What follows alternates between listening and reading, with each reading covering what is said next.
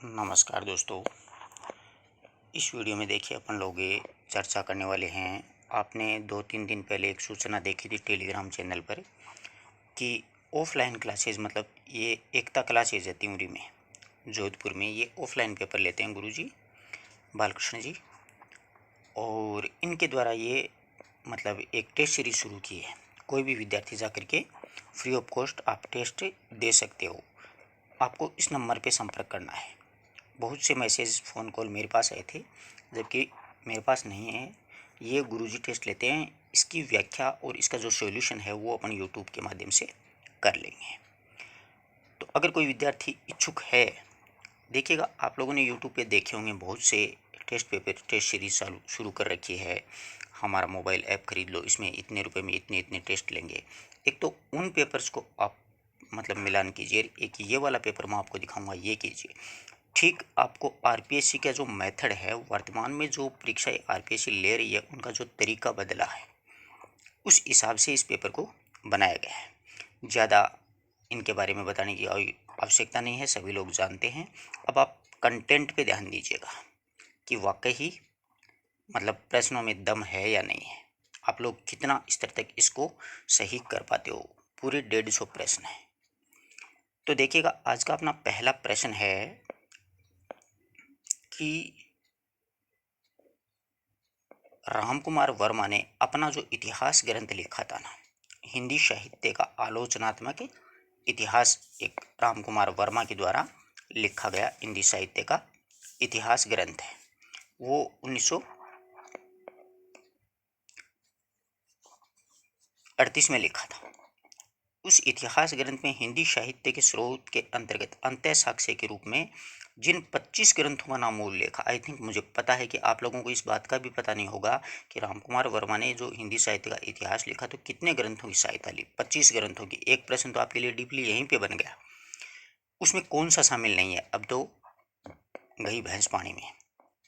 पक्का ये गारंटी है मुझे। कवि नामावली, कविमाला, भक्त नामावली या नवभक्त माल। तो ध्यान रखिएगा, रामकुमार वर्मा ने जो हिंदी साहित्य का आलोचनात्मक इतिहास लिखा था उसमें नवभक्त माल है।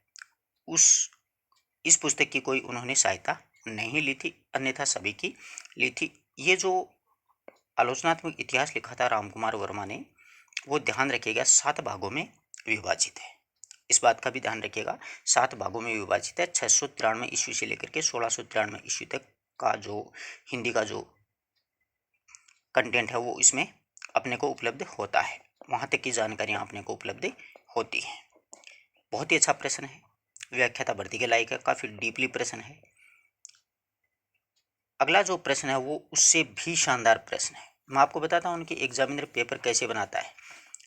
जहाँ से विद्यार्थी पढ़ना छोड़ देता है वहाँ से वो बनाना शुरू कर देता है। असत्य कथन छांटना अपन को। देखिएगा दूसरा प्रश्न आपके सामने है कि असत्य कथन का चयन करें। गार सतासी का इतिहास का प्रथम भाग 1839, द्वितीय भाग 1847, सही बात है।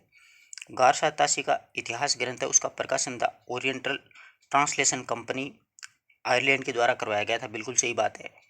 तीसरा जो ऑप्शन है वो है गार सतासी के इतिहास ग्रंथ में 358 कवि, जिनमें 60 कवि हिंदी के, शेष सभी उर्दू के। चौथा ऑप्शन है इस ग्रंथ का हिंदी में अनुवाद लक्ष्मी सागर वाणेश्वर के द्वारा किया गया था।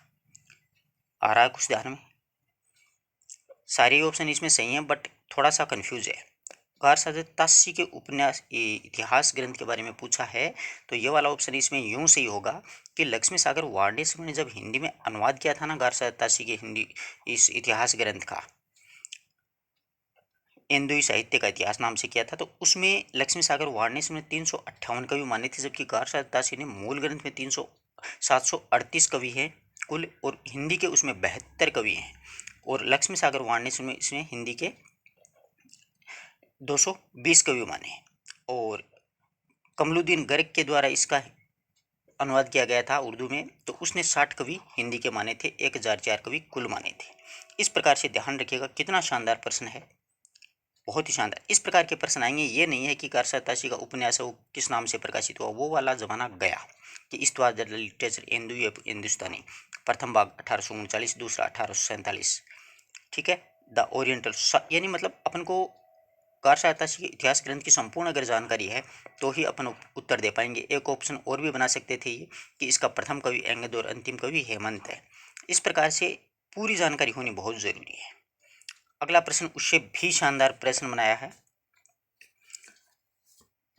निम्नलिखित में से किस इतिहास ग्रंथ में सर्वाधिक सामग्री का जो क्रय है वो कालिदास त्रिवेदी रचित कालिदास हजारा में ग्रंथ से ली गई है। यानी कालिदास त्रिवेदी का कालिदास हजारा जो रीतिकाल का ग्रंथ है ना, वो एक कालिदास त्रिवेदी का, मतलब उसकी हूबहू नकल कर ली, कुछ भी बदला नहीं माई के लाल ने, और अपना नाम अजर अमर कर दिया। वो कोई और विद्वान नहीं थे, शिव सिंह सरोज हैं। ठाकुर शिव सिंह सेंगर के द्वारा जो शिव सिंह सरोज 1883 ईस्वी में लिखा गया था, उसमें हूबहू नकल है, पूरी की पूरी कॉपी पेस्ट मारी है बंदे ने। ठीक है, बहुत अच्छा प्रश्न है ये, बहुत ही शानदार। जैसे शुक्ल के इतिहास में पूरी की पूरी कॉपी पेस्ट रीतिकाल है ना, वो मिस्र बंधुओं का हू उठा लिया है। जैसे मिस्र बंधुओं ने लिखा यूं का यूं शुक्ल जी ने अपने वाले में छाप दिया, ये ऐसे किया है। अगला देखिए, बहुत ही शानदार प्रश्न है, दिल खुश हो जाएगा। बहुत प्रसिद्ध पंक्ति है, आई थिंक आप आराम से कर भी दोगे इसको। भला हुआ जो मारिया बामणी मार करंत है, लज्जे जू तू वसी अहू जिए भगा घरू एंतु, भला हुआ जो मारिया बाहणी मारा कंतु है। ये बहुत बहुत बार पूछी जाती है पंक्ति, तो आई थिंक आप आराम से कर दोगे, हेमचंद्र के द्वारा लिखी गई है। एक एक दो पंक्तियाँ आएंगी पर वो इतनी प्रसिद्ध आएंगी कि आप आराम से कर दोगे, कोई दिक्कत नहीं है। यह एक राजनीतिक महाकाव्य है, दूसरे शब्दों में राजनीतिक महाकाव्यात्मक एक त्रासदी है। पृथ्वीराज रासो के बारे में ये बात किसने कही? मैंने एक एक बात पृथ्वीराज रासो के बारे में आपको इतना विस्तार से बताया कि आई थिंक कॉलेज व्याख्याता क्या किसी में भी उससे बाहर कोई प्रश्न नहीं जाएगा। वो वीडियो एक बार प्ले लिस्ट से आप लोग जरूर देखिएगा। जिन विद्यार्थियों ने देखा है और नोट किया है मैंने जैसे बताया है, वो उसका सही होगा। यह बच्चन सिंह के द्वारा कही गई बात है पृथ्वीराज रासो के लिए। मैंने बहुत सी बात बताई थी, घटना को नगेंद्र ने कहा है, और इसमें मतलब विशाल वीर काव्य हो बाबू श्याम सुंदर दास के द्वारा कहा गया है, और इसके अलावा स्वाभाविक विकासशील महाकाव्य है, इसको बाबू गुलाब राय के द्वारा कहा गया है। आचार्य प्रसाद द्विवेदी ने इसे अर्ध प्रमाणिक के रूप में माना है। ये बहुत सी बातें बताई थी, वो आप वीडियो जरूर देखिएगा। अगला प्रश्न उससे भी शानदार प्रश्न है कि मुनिजिन विजय ने जो जैन साहित्य की रास परंपरा की प्रथम रचना किसे माना है? तो आराम से करोगे, कोई दिक्कत नहीं आनी चाहिए। भारतीय सुर बाहुली रास, ठीक है, आराम से करनी है, कोई घबराने की आवश्यकता इसमें नहीं है। एक इसमें और बताऊं आपको, उपदेश रसायन रास, ये भी मतलब रास कवि की प्रथम रचना मानी जाती है। पर वो क्यों मानी जाती है, इसके पीछे कारण ये है कि वो अपभ्रंश की प्रथम रचना है, जबकि इसमें ये जो भारतीय सुर बाहुली रास है ना, ये हिंदी की प्रथम रचना मानी जाती है। इस बात का भी थोड़ा सा ध्यान रखिएगा। हिंदी में अगर पूछ लिया जाए कि मुनिजिन विजय के अनुसार हिंदी के रास काव्य की प्रथम ग्रंथ कौन सा है, तो भारतीय सुर बाहुली रास। और अपभ्रंश भाषा में अगर पूछ ले तो उपदेश रसायन रास जिनदत्त सूरी की है। तो भारतीय सुर बाहुबली रास की रचना, भारतीय सुर बाहुबली रास है, उनको गणपति चंद्र गुप्त ने हिंदी का प्रथम कवि भी माना है, शालिभद्र सूरी को। दूसरा है कि इसमें भारतीय सुर अयोध्या का और बाहुबली तक्षशिला का राजा है, दोनों का वीरता का वर्णन किया गया है। 205 छंदों में बहुत ही अच्छी रचना लिखी गई है। अब उससे भी शानदार प्रश्न है, अब ऐसे प्रश्न आएंगे, आप देख लो हिसाब जरा कि आप कहाँ तक वो आपको रटा रहे हैं ना, जो विद्वान बड़े बड़े विद्वान की ये रचना उसकी है, ये रचना उसकी, रचना ही रचना रटा रहे हैं। रचनाओं के बहुत कम प्रश्न 2 या 3 मिलेंगे, वो आप आराम से कर भी दोगे। आचार्य रामचंद्र शुक्ल ने विद्यापति को अपने इतिहास ग्रंथ में फुटकर साहित्य के अंतर्गत माना? बिल्कुल माना है। विद्यापति को आदिकाल और भक्तिकाल का संधि कवि कहा जाता है, बिल्कुल कहा जाता है। विद्यापति की रचना कीर्तिपता का रचना भरंगी भरंगी संवाद है, सही है। श्याम सुंदर दास ने विद्यापति को वैष्णव साहित्य का प्रथम कवि कहा है। बैठे बैठे पट्टियां गिनते रहो। बहुत शानदार प्रश्न उठाया, बहुत ही प्यारा प्रश्न उठाया, आराम से गलत करोगे। कीर्ति पताका को नहीं कहा है भरंगी भरंगी संवाद, कीर्ति लता को कहा है। ये बहुत ध्यान देने वाली बात है। सोच सकते हैं परीक्षा में, मतलब बहुत ही संयम से, बहुत ही धैर्य से, बहुत ही धीरज से प्रश्न को पढ़ना है और ऑप्शंस को पढ़ना है, फिर उत्तर देना है। वरना इसमें तो या तो यहाँ पे टिक लगा देंगे या यहाँ पे लगा देंगे, कोई मतलब तो है नहीं। कितना शानदार प्रश्न बना, इसे कहते हैं पेपर बनाना। ये है पेपर, मज़ा आ जाएगा आपको, अंत तक देख लेना चाहिए। ये आप आराम से सही कर दोगे। इसको सही करने का तरीका मैं बताऊँगा आपको कैसे सही करोगे। इसका एक ही तरीका होता है मिलान वालों का, बहुत ही सही प्रश्न होते हैं विद्यार्थी को मतलब नंबर खींचने के लिए। परमात्मा प्रकाश जोइंदू की है, ठीक है। पौंचर्युम, सॉरी वो ऑप्शन स्वयंभू पे चला गया, जोइंदू पे लगाना है, जोइंदू की है। पौंचर्युम स्वयंभू की है। नेमिनाचर्युम, अब ये दो मिल गए आपको। अब आपको नेमिनाचर्युम का और उसका और कोई का पता भी नहीं है, तो देख लो पहले में तीसरा है, दूसरे में चौथा है। तो यहाँ पर आ जाइए, पहले में तीसरा है, दूसरे में चौथा है, फिर दो है, फिर एक है, ये ऊपर बढ़ा दो इनको। अब ये नेमिनाचर्युम है, हरिभद्र की है, ज्ञाप सर्रास है वो तेलन कवि की है, और इस प्रकार से इनको मिलान आप आराम से कर सकते हो। दो का आ गया तो नीचे चले जाना, फिर ऐसे नहीं कि यहाँ पर माथापौड़ी करते रहो कि नेमिनाचर्युम इसकी है या नेमिनाचर्युम उसकी है, ऐसे मत मिलाने की कोशिश करना, यहाँ पर आप मात खा जाओगे। नीचे आ जाना तुरंत ही, जो ऑप्शन दिए हुए हैं ना, जैसे अपन ने अब मिलाया, ये दो का अपन को जैसे देखिएगा, इन दो का अपन को अच्छी तरीके से पता है। अब अगले का आराम से पता चल गया ना ऑटोमेटिक, अगर अपन को याद ना है तो भी अपन कर देंगे। अगला बहुत ही शानदार प्रश्न है और आप आराम से करोगे। निम्न में से किस संप्रदाय को नाथ पंथ और संत पंथ के बीच की कड़ी कहा जाता है? तो ये निरंजनी संप्रदाय है, हरिदास निरंजनी के द्वारा संपादित किया गया था। और इस निरंजनी संप्रदाय का आदि प्रवर्तक है वो उड़ीसा के जगन है, एक विद्वान, वो माने जाते हैं। परंतु अपने राजस्थान में या हिंदी साहित्य में देखा जाए तो हरिदास निरंजनी ही माने जाते हैं। ये तो बहुत ही शानदार प्रश्न है, और इतना शानदार प्रश्न है कि ऐसा प्रश्न आई थिंक पेपर में छपेगा। एक से बढ़कर एक प्रश्न है।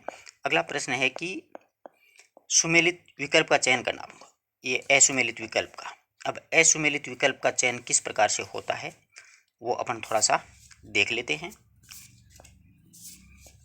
तो देखिएगा,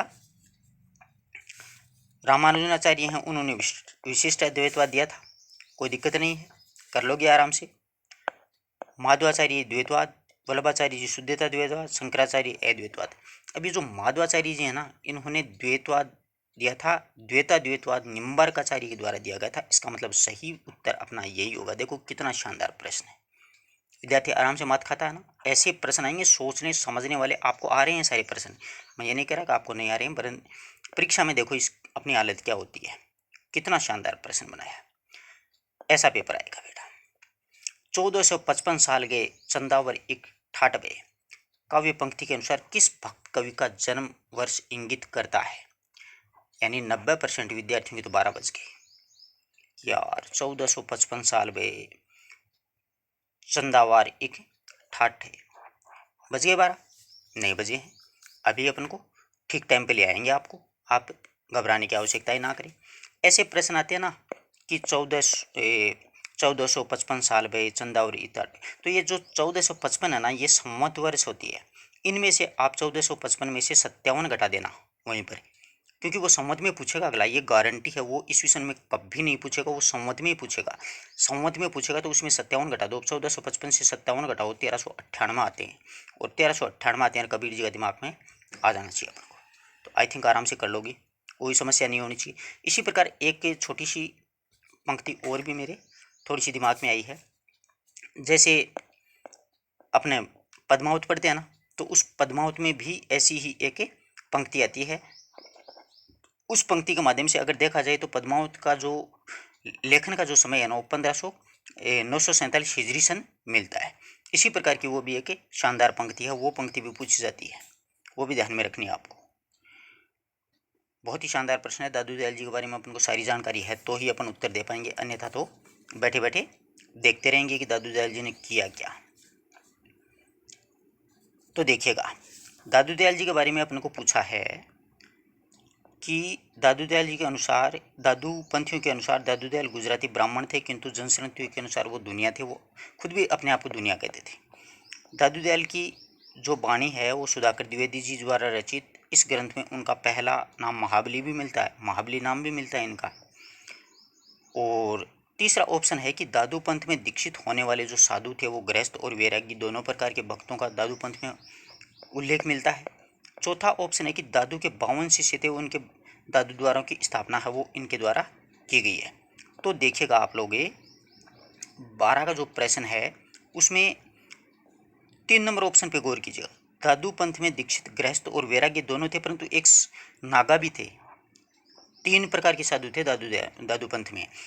गृहस्थ, वैरागी और नागा साधु विवाह करते थे। तो इस प्रकार से ये वाला ऑप्शन सही बैठेगा। अपन सोच ही नहीं सकते, मतलब नागा साधु का अपने दिमाग में नहीं आता उस समय। ये होता है पेपर। ये तो और भी अच्छा प्रश्न है कि सोम और रंभा की प्रेम कहानी किस सूफी रचना में मिलती है? तो रस रत्न है एक, पुहकर के द्वारा लिखित, उसमें सोम और रंभा की कहानी मिलती है। अच्छा प्रश्न है, शानदार प्रश्न है। आ देखो, मजा ही आ गया। यह मलिक मोहम्मद जैश के पद्मावत के संबंध में असंगत कथन पूछा है अपन को। तो जैसी का पद्मावत की रचना 927 हिजरी, मैंने अब भी बताया था आपको। पद्मावत में सबसे पहले कोई भी हो, चाहे मतलब पद्मावत हो, चाहे अन्य कोई जैसे मधुमालती, मंथन की है, और भी बहुत सी रचनाएं हैं वो जो सूफी काव्य में लिखी गई हैं, उनमें कोई भी हो, सबसे पहले क्या है कि इसमें ईश्वर की वंदना है, ईश्वर के लिए करतार शब्द का प्रयोग है, फिर साहिब वक्त की प्रशंसा है। ये वाली जो चीज़ें हैं वो हर एक रचना में अपन को पढ़ने को मिलती हैं। तो इसीलिए ये सही है। आचार्य शुक्ल ने पद्मावत को पूर्वार्ध भाग को ऐतिहासिक और उत्तरार्ध को कल्पित माना है। फिर डॉक्टर हरिदेव बाहरी ने पद्मावत का मूल स्रोत है ना, ये जोपम कवि के द्वारा रचित प्राकृत की एक रत्न शेखर की कथा का कहते हैं कि ये मतलब कॉपी पेस्ट मार दी पद्मावत ने, क्योंकि वो भी तो मार सकता है और भी मार सकते हैं। तो उसने उस टाइम में भी ये दिमाग लगा लिया कि इसको नाम बदल दो, इधर से इधर डाल दो। तो ये कॉपी पेस्ट का ज़माना देखो पुराने समय से चलता आ रहा है और वो चलता भी रहेगा। तो इसमें सही उत्तर ये होगा, देखिएगा कि आचार्य शुक्ल ने पद्मावत के पूर्वार्ध भाग को कल्पित माना, जबकि उत्तरार्ध भाग को ऐतिहासिक माना है। ये बहुत ही शानदार ऑप्शन है और अपने ये दिमाग में भी नहीं आता। उस समय परीक्षा देते हैं ना, तो उसमें ये चीज़ दिमाग में नहीं आती कि पूर्वार्ध कल्पित है या उत्तरार्ध ऐतिहासिक किस प्रकार का है। तो पूर्वार्ध कल्पित है जबकि उत्तरार्ध है वो ऐतिहासिक है। ये बहुत अच्छा प्रश्न है। अगला प्रश्न देखिएगा आप लोग। कवि मंझन के मधुमालती के संबंध में असत्य कथन। अब मधुमालती के बारे में मैं तो बहुत अच्छे से बताया था आप लोगों को। मधुमालती प्रेमाख्यान काव्य है जिसमें 5 चौपाइयों के बाद में एक दोहा रखा गया है। जयसी ने अपने ग्रंथ पद्मावत में मधुमालती ग्रंथ का नायक का खंडावत किया गया है। उस्मान रचित चित्रावली में मधुमालती के नायक कुंवर खंडावत बताए हैं। दक्षिण में क्या है कि एक शायर हैं नसरती ने मधुमालती को आधार मान करके दक्षिणी उर्दू में एक गुलशन इश्क नामक एक प्रेम कहानी भी दक्षिणी हिंदी में लिख दी थी। इसमें तीसरा जो ऑप्शन है ना, वो वाला इसमें असंगत है कि उस्मान ने चित्रावली में मधुमालती का नायक है वो कुंवर खंडावत बताया, जबकि इसमें ऐसा कुछ भी नहीं बताया गया है। उसमें यह बताया गया है कि मधुमालती में बहुपत्निक जो है उसका सर्वथा अभाव है और तारा और प्रेमा की एक कहानी है वो साथ साथ में चलती है। मधुमालती का नायक मनोहर है। तो इस प्रकार से ऐसे ऑप्शन आएंगे परीक्षा में। मध्य युग की समग्र स्वाधीनता चिंता में गुरु रामानंद थे। ये मतलब कथन किसका है कि मध्य युग की समग्र स्वाधीन चिंता के गुरु रामानंद जी थे। ये कथन हजारी प्रसाद द्विवेदी जी ने कहा था, या फिर रामचंद्र शुक्ल ने कहा था, या गणपति चंद्रगुप्त ने, या नगेंद्र ने। तो ये हजारी प्रसाद द्विवेदी जी ने कहा था। और हजारी प्रसाद द्विवेदी जी जो हैं उन्होंने रामानंद जी को आकाश धर्मा गुरु कह करके पुकारा था। ये बात मतलब अच्छा प्रश्न है रामानंद जी के लिए। और हजारी प्रसाद द्विवेदी जी को आकाश धर्मा गुरु है वो नामवर सिंह ने कह करके पुकार दिया। अच्छे प्रश्न है। इससे शानदार तो कोई प्रश्न मिलना ही नहीं है। यानी प्रश्न तो एक से बढ़कर एक बनाए हैं। राम भक्ति संबंधी कथाकारों और रचनाकारों का कौन सा विकल्प सुमेलित है? माधोदास चारण रामरासो लिखा था, माधोदास चारण ने ऐसा रामरासो। हृदय राम ने हनुमान नाटक लिखा था, हृदय राम ने हनुमान नाटक। लालदास ने अवध विलास लिखा था, नरहरि भट्ट ने अंगद पेज। जबकि अंगद पेज है वो ईसरदास के द्वारा लिखा गया है। ईसरदास ने भारत मिलाप, अंगद पेज, सत्यवती कथा, ये 2-3 रचनाएं लिखी हैं। अच्छा प्रश्न है, आराम से कर दोगे, कोई दिक्कत नहीं आएगी। ये बहुत ही शानदार आ गया। अब देखते हैं कितना नंबर, 18 नंबर प्रश्न है। तुलसीदास जी के रचित काव्यों के संबंध में असत्य कथन। अब रटते रहो। तुलसीदास जी ने 12 रचनाएं लिखी, ये पिता, ये माता, ये गुरु। अगले ने प्रश्न ही अलग तरीके से बना दिया कि जानकी मंगल 216 छंदों में रचित अवधी भाषा का एक प्रबंध काव्य है। ठीक है, जानकी मंगल जो है वो 216 छंदों में रचित एक प्रबंध काव्य है। रामाज्ञा प्रश्नावली 343 छंदों में रचित अवधि का एक मुक्त काव्य है। रामाज्ञा प्रश्नावली मुक्त काव्य है, 343 छंद है। विनय पत्रिका साहित्यिक ब्रज भाषा में रचित 279 छंदों का एक प्रबंध काव्य है, विनय पत्रिका के बारे में। दोहावली 573 छंदों में रचित एक मुक्तक शैली में रचित एक काव्य है। दोहावली 573 छंदों में रचित मुक्तक है। तो इसमें सही ऑप्शन 3 नंबर ऑप्शन है वो होगा, क्योंकि विनय पत्रिका जो रचना है वो 279 छंदों में रचित प्रबंध काव्य नहीं है, ये एक मतलब मुक्त काव्य है। ये मतलब विनय के पद लिखे गए हैं, कलिकाल से मुक्ति पाने के लिए लिखा था तुलसीदास जी ने। 21 रागों का प्रयोग इसमें हुआ है। वेदांत परिजात सौरभ और प्रपन्न कल्लपी ये प्रसिद्ध रचनाएं किसकी हैं? बहुत ही अच्छा प्रश्न है। निम्बार्काचार्य के द्वारा लिखी गई हैं और इनको सुदर्शन चक्र का अवतार है वो भी माना जाता है। गीति काव्य के अनुसार मीराबाई की कविता आदर्श हैं। मीरा ने ना तो रीति शास्त्र की अन्वेषणा की और ना ही अलंकार शास्त्र की। उनके हृदय में निर्जर की भांति भाव आए और अनुकूल स्थूल पाकर के प्रकट हो गए। ये कथन मतलब किस विद्वान के द्वारा मीराबाई के लिए कहा गया है? डॉक्टर रामकुमार वर्मा के द्वारा कही गई बात है। अष्टछाप में सूरदास जी के पीछे क्या है कि उन्हीं का नाम लेना पड़ता है। आचार्य शुक्ल ने यह कथन किसके लिए कहा है? बहुत अच्छा प्रश्न है, आई थिंक आप आराम से कर भी दोगे। तो इसमें अपन अष्टछाप के कवि पढ़ते हैं ना, तो उसमें एक पंक्ति आती है परमानंद दास के लिए कि वात्सल्य रस का जो वर्णन है सूरदास के बाद में अगर किसी विद्वान के द्वारा किया गया है तो वो अष्टछापी कवि परमानंद दास हैं। तो इसका सही जो जवाब है वो क्या होगा? सॉरी परमानंद दास नहीं, नंदन दास। सही जो जवाब है वो इसका क्या होगा? नंदन दास से माना जाएगा, क्योंकि नंदन दास जो हैं उन्होंने रास पंचध्यायी रचना अच्छी लिखी है। रूप मंजरी है, वीर मंजरी है, अनेकार्थ मंजरी है। मूल रूप से इनकी रास पंचध्यायी जो रचना है ना वही सर्वश्रेष्ठ रचना मानी जाती है, जो कि रोड़ा छंद में लिखी गई है। ठीक है, नंदन दास उत्तर इसका सही होगा। वात्सल्य रस का अगर बात कर ली जाए ना यहाँ पर तो परमानंद दास उत्तर सही होगा, बिल्कुल करेक्ट बात है। परंतु इसमें कृष्ण के काव्य के रूप में, पूरे काव्य के रूप में अगर चर्चा की है तो वहां पर नंदन दास होगा। अगला प्रश्न है कि मानुष प्रेम भये बैंकूठी नाही तय का है छार भई मुठी, काव्य की पंक्ति के रचनाकार कौन है? बहुत ही अच्छा प्रश्न है। तो इस पंक्ति के रचनाकार हैं मलिक मोहम्मद जायशी के द्वारा ये पंक्ति है वो लिखी गई है। मानस प्रेम भये बैंकूठी, ये पंक्ति मैंने आपको वीडियो में बताई भी थी जब ये पद्मावत मैंने आपको पढ़ाया था। तो बहुत ही अच्छी पंक्ति थी ये। 5-7 पंक्तियाँ और भी मैंने लिखाई थी, जैसे शेर शाह देहली सुल्तानू चारों कंड तपे जस भानु, इस प्रकार की। तनचित उर्मन राजा की ना किए सिंहल बुद्धि पद्मिनी की ना, ये पंक्तियाँ बताई थी मैंने कि ये पंक्तियाँ पूछी जा सकती हैं।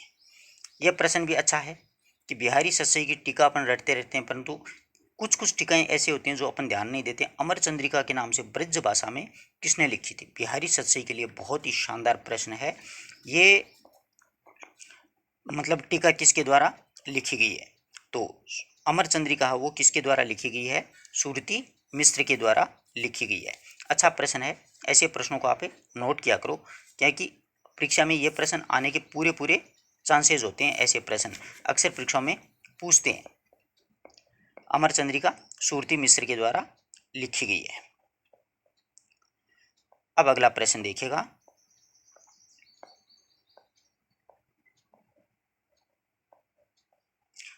घनानंद अपने आंसुओं से रो रहे हैं, किराए के आंसुओं से नहीं रोए, यह कथन मतलब घनानंद के लिए किसके द्वारा कहा गया? तो ये रामधारी सिंह दिनकर ने कहा था कि विरह तो घनानंद की पूंजी ठहरा। अच्छा प्रश्न है। कवि भूषण के संबंध में असत्य कथन, बहुत ही शानदार प्रश्न है। भूषण के बारे में सब कुछ जानना अपन को बहुत ही जरूरी है। भूषण का जन्म 1613 सही है। भूषण को भूषण की जो उपाधि है चित्रकूट के राजा रुद्रशाह सोलंकी ने दी, सही है। आचार्य शुक्ल ने हिंदू जाति का प्रतिनिधि कवि कहा है। और रीतिकालीन रीतिबद्ध काव्यधारा के ये एक ऐसे कवि हैं जिन्होंने किसी भी लक्षण ग्रंथ की रचना नहीं की, क्योंकि लक्षण ग्रंथ की रचना इन्होंने की है। शिवराज भूषण एक लक्षण ग्रंथ ही है। ये वाला ऑप्शन इसमें सही होगा। शिवराज भूषण में ध्यान रखना 105 अलंकारों का प्रयोग किया है, जिसमें 99 अलंकार तो अर्थालंकार हैं, 4 शब्दालंकार हैं, 1 चित्रालंकार है, 1 शंकर अलंकार है। आश्रयदाता मोतीलाल को समर्पित कवि देव की रचना कौन सी है? कवि देव की रचना पूछी है, उनके आश्रयदाता कौन है? मोतीलाल या फिर भोगीलाल भी किस गए नाम मिलता अपन को। तो भावविलास, भवानी विलास, रसविलास, प्रेमचंद्रिका। तो इसमें सही जवाब है रसविलास। रसविलास जो है वो कविदेव ने भोगीलाल के आश्रय में लिखा। ये भोगीलाल और मोतीलाल दोनों ही नाम आते हैं, कोई सा भी आ जाएगा, डरने की कोई आवश्यकता नहीं है। ये रसविलास ही उत्तर इसका सही होगा। कई किताबों में आपको मोतीलाल मिलेगा तो कई में भोगीलाल। अधिकांश किताबों में भोगीलाल से ही माना है। 3-4 किताबों को छानबीन की देखा, मैंने भी ट्राई किया था, तो भोगीलाल ज़्यादा सही था। भारतेंदु युग के रचनाकारों में कौन सा विकल्प असुमेलित है? मरवा दिया। तो देखो, फूलों का गुच्छा भारतेंदु बाबू हरिश्चंद्र के द्वारा लिखी गई है। वर्षा बिंदु भारतेंदु के द्वारा, प्रेम पुष्पावली प्रताप नारायण मिश्र, पाउस पचासा अंबिकादत्त व्यास। तो ये जो वर्षा बिंदु है ना, वो भारतेंदु के द्वारा नहीं लिखी गई है।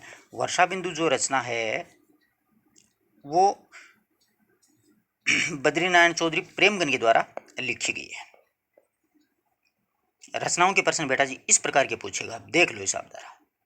एक के साथ 4-4 का अंदर घुसा घुसा के। निम्न में से रामनरेश त्रिपाठी का खंड काव्य नहीं है? पथिक, मानसी, मिलन, स्वपन।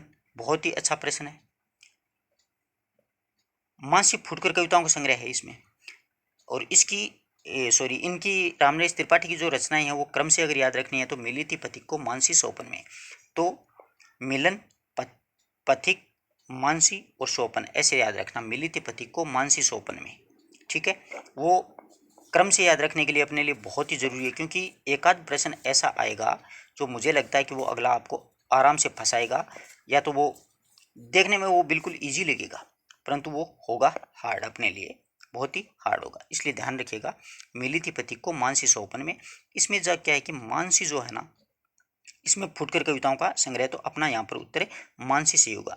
ये 1917, 20 और 27 और 29 में ये लिखी गई है। अगला प्रश्न और भी शानदार है। छायावाद स्थूल के प्रति सूक्ष्म का विद्रोह है, आराम से कर दोगे। ऐसे भी प्रश्न आएंगे, ये बात नहीं कि पूरा ही पेपर डीपली आएगा। तो स्थूल के प्रति सूक्ष्म का विद्रोह किसके द्वारा कहा गया है? डॉक्टर नगेंद्र के द्वारा ये बात है वो कही गई है। कर लोगे आराम से। सुमित्रानंद पंत की रचनाओं का प्रकाशन वर्ष की दृष्टि से सही क्रम क्या होगा? मरवा दिया कर दिया। ये कहाँ से आ गया? बहुत आसान होता है ये प्रश्न। चलो देखते हैं अपन। उच्छ्वास ग्रंथि, वीणा, गुंजन, पल्लव। उच्छ्वास, वीणा, गुंजन, पल्लव ग्रंथि। इसका सही क्रम होता है उच्छ्वास ग्रंथि, वीणा, पल्लव, गुंजन। तो सबसे पहले अपन को उच्छ्वास अगर नहीं मिलती है तो उच्छ्वास ग्रंथि, वीणा, पल्लव, फिर गुंजन नहीं है तो ग्राम्य, युगांत। इस प्रकार से अपन इसका उत्तर है वो निकाल सकते हैं। तो देखिए, युगांत, युगाणी, ग्राम्य, उत्तरा और लोकायतन है। ये युगांत है वो छायावाद की अंतिम रचना है। प्रगतिवाद का प्रारंभ युगाणी से होता है, फिर ग्राम्य आती है, फिर उत्तरा आती है, फिर लोकायतन आती है। 3 नंबर ऑप्शन इसमें सही होगा। ये बहुत डीपली प्रश्न दे दिया, वरना तो ऐसा होना चाहिए कि भाई उच्छ्वास ग्रंथि, वीणा, पल्लव, गुंजन, फिर इसमें भी वही ऑप्शन होनी चाहिए। ये तो बहुत ही ज़्यादा हार्ड है। ऐसे प्रश्न को हाथ मत लगाना तब तक जब तक आप सेटिस्फाई या पूर्ण रूप से आत्मसंतुष्ट नहीं हैं, वरना तो ये प्रश्न आपका 100% गलत होगा। हाथ ही मत लगाना ऐसे प्रश्न को, कोई मतलब नहीं है, ज़्यादा विद्वता दिखाने की कोई आवश्यकता नहीं है। ये पक्का ही गलत होगा, मारे ही जाओगी। बहुत खतरनाक प्रश्न बना दिया। बहुत ही अच्छा प्रश्न है, आराम से सब विद्यार्थी करेंगे। माखनलाल चतुर्वेदी के द्वारा रचित प्रथम खंड काव्य संग्रह कौन सा है? तो आराम से कर लोगे। हिम किरीटिनी, हिम तरंगिणी, समर्पण, युग चरण, माता, यही हैं। तो हिम किरीटिनी पहला है। हिम तरंगिणी के लिए इनको साहित्य अकादमी पुरस्कार मिला है। ये पहला पुरस्कार है, ये पहली रचना है, इसलिए यहाँ पर अपना उत्तर यही है। पुरस्कार वाला दिमाग मत चलाना। बहुत शानदार प्रश्न है, कल ही करवाया था मैंने। मधुलिका, अपराजिता, किरणवेला, लालचुंदर काव्यों के रचनाकार कौन है? आराम से कर लोगे। तो रामेश्वर शुक्ल अंचल के द्वारा ये रचनाएं लिखी गई है। मैंने करवाए थे, उसमें से कुछ कुछ प्रश्न मिल रहे हैं, आप देखना। वो अभी जो मैंने चालू कर रखा है ना, वो 10-10, 15-15 मिनट की छोटी छोटी वीडियोज उनमें मिलेंगे। केदारनाथ अग्रवाल के द्वारा रचित संग्रह नहीं है। बहुत अच्छा प्रश्न है। युगधारा, नींद के बादल, गुलमेंदी, युग की गंगा, युगधारा, सतरंगी पंखों वाली, हजार हजार बाहों वाली, ऐसे ऐसे करके नागार्जुन का नाम याद आ रहा है क्या आपको? वो वाली बात है। अब अगला प्रश्न देखिएगा, निम्न में से किस कवि का संबंध तार सप्तक से नहीं? ये पहला मैंने आपको बताया था, कल की ही बात है, ज़्यादा वक्त ही नहीं गुजरा है कि इनमें से कौन सा तार सप्तक का कवि नहीं है? गजानन मागो मुक्तिबोध, रघुवीर सहाय, नेमिचंद जैन, गिरजा कुमार माथुर। तो रघुवीर सहाय हैं वो दूसरे तार सप्तक के कवि हैं। पहले तार सप्तक के कवि मैंने ट्रिक से आपको बताई भी थी कि अज्ञे जी ने नेमीराम से मुक्ति पाने के लिए भारत प्रभाकर को गिरा दिया। तो इसमें अज्ञे हैं, नेमिचंद जैन हैं, रामविलास शर्मा हैं, मुक्तिबोध हैं, भारत भूषण अग्रवाल हैं, प्रभाकर माछुए हैं, गिरजा कुमार माथुर हैं, सारे के सारे आ जाते हैं। जबकि ये जो रघुवीर सहाय है ना, हरि धर्म के लिए रघुवीर ने शकुंतला को नरेश सिंह के भवन से निकाल दिया, ये दूसरे तार सप्तक के कवि हैं। वो वाला वीडियो आप देखोगे तो आपका पूरा कॉन्सेप्ट क्लियर हो जाएगा, यहाँ पर टाइम ज़्यादा लगेगा। ये भी कल ही बताया था मैंने आपको। सहज कविता आंदोलन के प्रवर्तक किसको माना जाता है? सहज कविता आंदोलन के प्रवर्तक किसको माना जाता है? तो गंगा प्रसाद विमल, जगदीश चतुर्वेदी, रविंद्र बर्मर, विश्वनाथ शर्मा, कौशिक। तो ध्यान रखिएगा, सहज कविता आंदोलन के जो प्रवर्तक हैं वो हैं रविंद्र भरमर को माना जाता है। किसको माना जाता है? रविंद्र भरमर को। कल वाला वीडियो देख लीजिएगा, आपको पूरा कॉन्सेप्ट क्लियर हो जाएगा। ये तो आपको मैंने बता ही दिया है किस प्रकार से करना है। अब नाव के पांव शब्दंश हिमबद्ध, ये मतलब जगदीश गुप्त के लिखी गई रचना है। अब अपन को माया दर्पण नहीं आ रहा है, हड्डियों में ज्वार नहीं आ रहा है, अंत में अपन ऐसा सोचते हैं, मतलब मानो कि अपन एग्जाम हॉल में बैठे हैं, अपन को नाटक जारी है ये पता है, तो ये लीलाधर जगुड़ी का, तो एक में 4 होगा, 4 में 1 होगा, ऐसा ऑप्शन अपन को ढूंढना है। 1 में 4 यानी नाव के पांव शब्दंश, तो देखिएगा 1 में 4 यहीं पर है। अब ये 4 है ना, नाटक जारी है लीलाधर जगुड़ी का, तो ये यही है। अब 3 में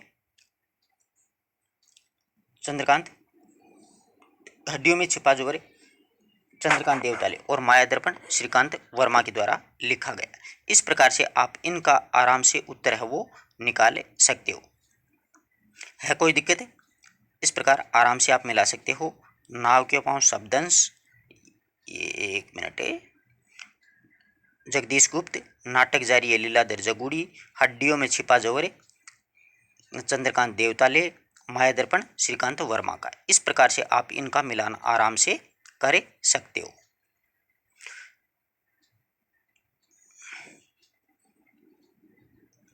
ये आराम से आप लोग कर सकते हो, कोई दिक्कतें नहीं आनी चाहिए। 2 नंबर ऑप्शन में आप मिलान करके देख लीजिएगा, वो के वही आएंगे, कोई घबराने की आवश्यकता है नहीं अपन को।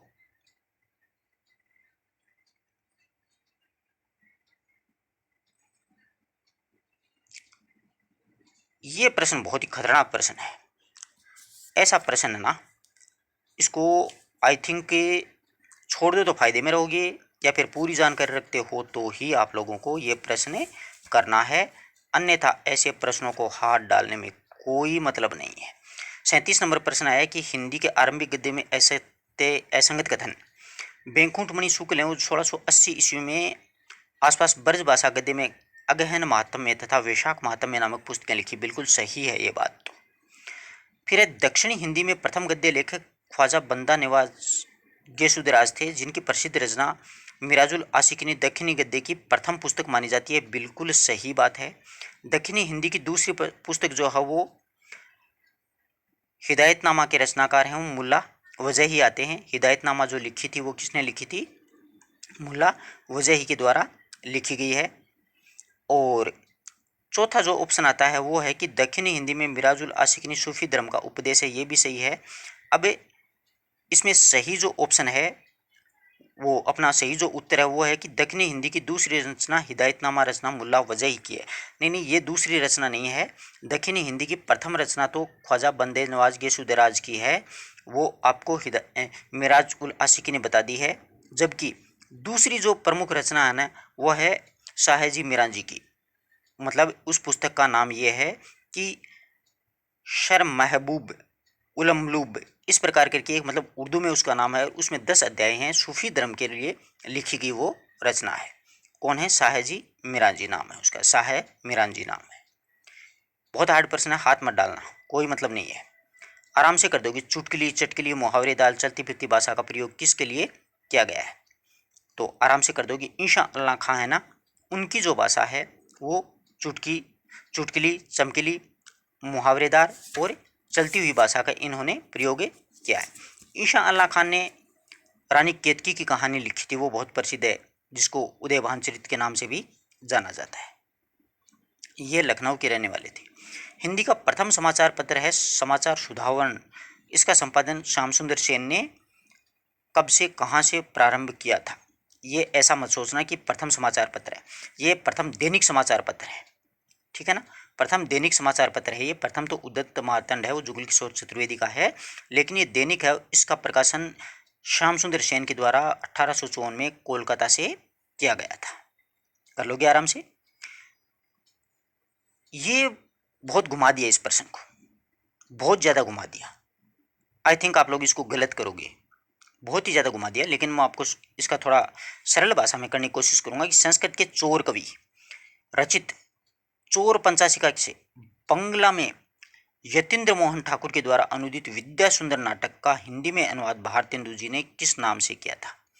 सीधा सीधा पूछते ना, भारतेंदु जी के द्वारा विद्या सुंदर का अनुवाद किस नाम से प्रकाशित करवाया था, तो आप कर देते, परंतु ऊपर चोर चोर पंचाशिका समझ में नहीं आया कहना क्या चाह रहे हैं आपको।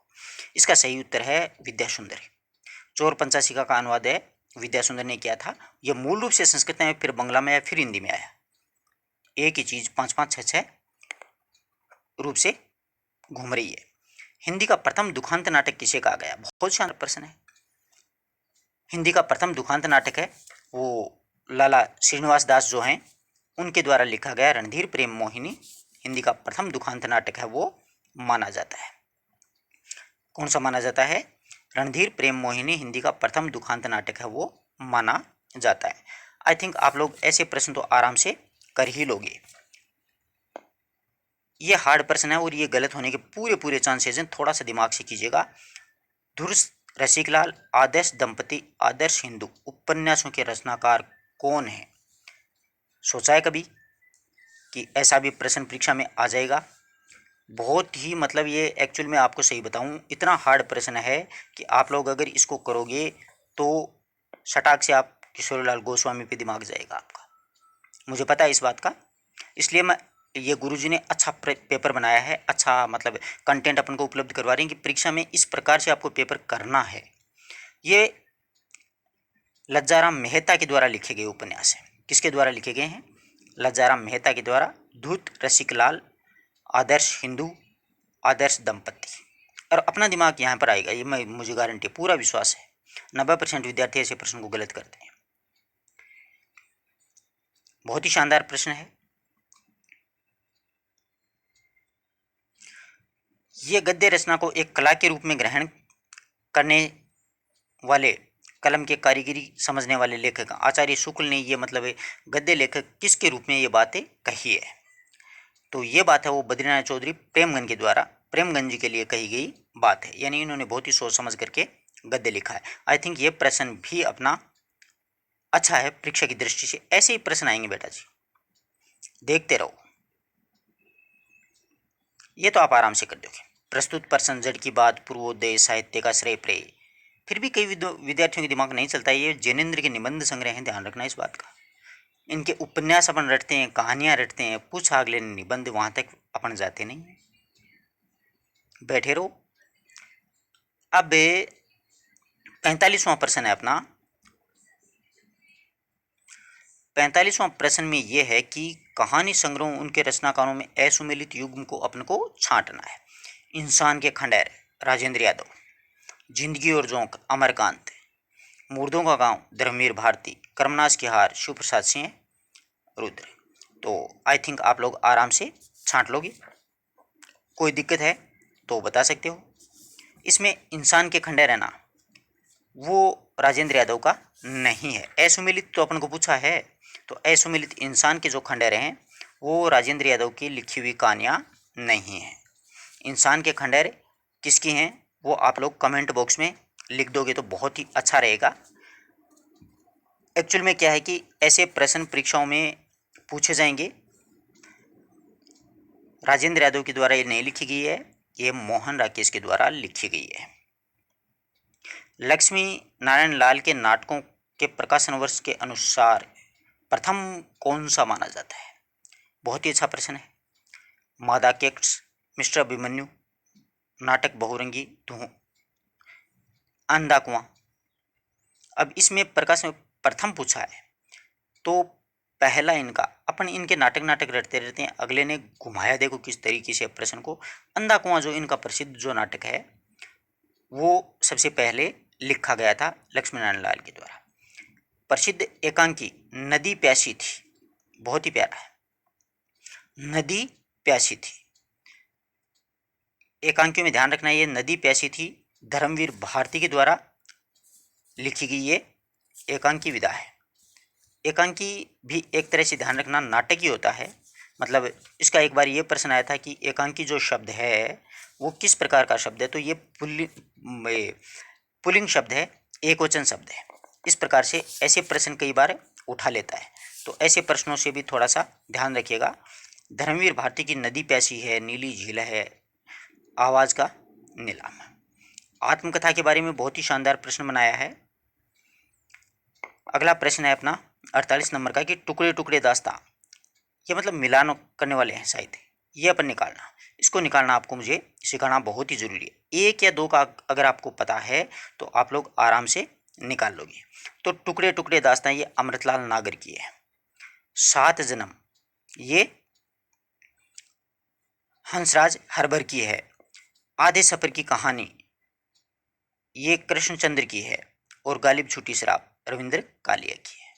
एक अगर आपको आ गया ना, जैसे टुकड़े टुकड़े दास्तां हैं, इनमें से कोई भी एक आ गया तो उसको फिर तुरंत आप लोग क्या करना है, नीचे आ जाना है और उसको वहीं पर देखना है और उस वाली पंक्ति में इधर से ऐसे मिलान करते करते ये आपका प्रश्न मतलब हार्ड होते हुए भी इजी होता है, ठीक है ना, ऐसे मिला लेना। ये तो आराम से कर दोगे। कुमुद नागर के द्वारा वटवृक्ष की छाया में जीवनी किसके द्वारा लिखी गई है? तो ये आराम से अमृतलाल नागर, क्यों नागर लिखा हुआ है तो यहाँ पर देख लेना नागर ही मिलेगा आपको आगे। ये भी एक मतलब अच्छा तरीका होता है वैसे, जीवनी वगैरह अपन जब भी पढ़ते हैं ना आत्मकथा वगैरह, तो ये जीवनियाँ जो भी लिखी थी ना, उन जीवनियों में आपको मैं 5-7 जीवनियों के नाम बताता हूँ, देखना। ये इनकी वाइफ थी और इनकी वाइफों के द्वारा इनके अपने मतलब पति की जीवनियाँ लिखी गई हैं। जैसे देखिए कुमुद नागर के द्वारा क्या है कि अमृतलाल नागर की जीवनी लिखी थी। इसी प्रकार से सुलोचना राघव ने रांगे राघव की जीवनी एक अंतरंग परिचय नाम से लिखी थी।